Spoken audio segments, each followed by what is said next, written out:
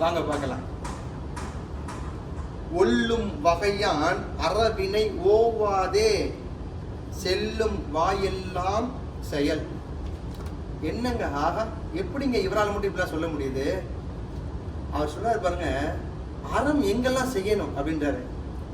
அறத்துக்கு அறம் செய்வதற்கு இடம் பொருள் ஏவல் தேவையில்லைன்றாருங்க.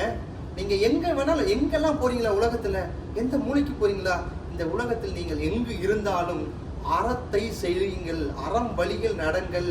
அறம் வழிதான் நம்மளை வாழ்க்கையில் மேன்மைப்படுத்தும், உங்களை உயர்த்தும் சொல்றாருங்க. ஆக நாம எந்த இடத்துக்கு போனாலும், இந்த உலகத்துல எந்த மூலையில இருந்தாலும் அறம் வழியில் வாழ்ந்தால் நமக்கு நன்மை கிட்டுங்க. என்ன சொல்றார் பாருங்க, இதை உங்கள் குழந்தைகளுக்கு ஆழ் மனதில் பதியும்படி சொல்லிக் கொடுங்கள். அனைவருக்கும் வணக்கம். எல்லாரும் எப்படி இருக்கீங்க?